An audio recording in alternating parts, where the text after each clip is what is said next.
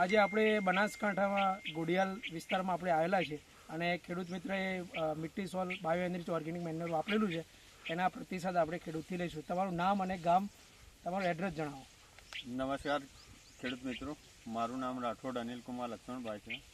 ગામ પિંપળી, તાલુકો પાલનપુર, જિલ્લો બનાસકાંઠા.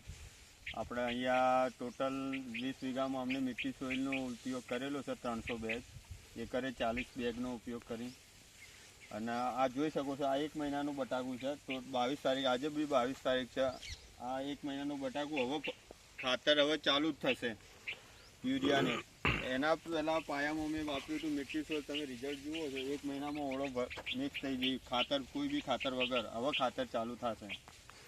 એના સિવાય વરિયાળી અને આ ટોટલી આખો બગીચો રહ્યો, એમાં બધું મિટ્ટી સોઇલનો ઉપયોગ થયેલો.